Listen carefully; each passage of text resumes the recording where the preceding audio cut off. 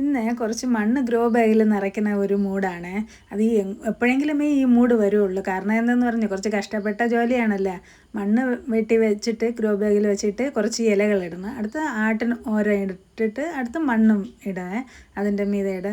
അങ്ങനെ ചായ ഇട്ട് വെച്ചിട്ടാണ് ഈ പണികൾ കുറച്ച് ചെയ്തുകൊണ്ടിരുന്നത്. അടുത്ത് വീണ്ടും പോയി ചായ കുടിച്ചു. അടുത്ത് പലവയൊക്കെ കൊണ്ടിട്ട് ഇരുന്നാണ് ഞാൻ അടുത്ത പണികൾ ചെയ്യണത്.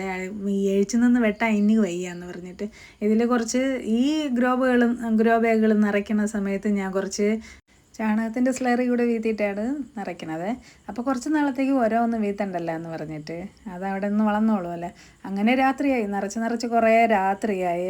എനിക്ക് ഈ വിചാരിച്ച കാര്യം നടത്തിയിട്ടേ എനിക്ക് സമാധാനമുള്ളതെന്ന് പറഞ്ഞിട്ട് ഞാൻ എന്താണെന്നറിയാമോ, തൈകളും കൂടെ നട്ടിട്ട് ഞാനങ്ങ് കൃഷിപ്പണി അങ്ങ് നിർത്തി. മണി 7 പിന്നെ കുളിച്ചിട്ട് വന്ന് ചേട്ടന് കാപ്പി പുട്ടുണ്ടാക്കി കൊടുത്ത്.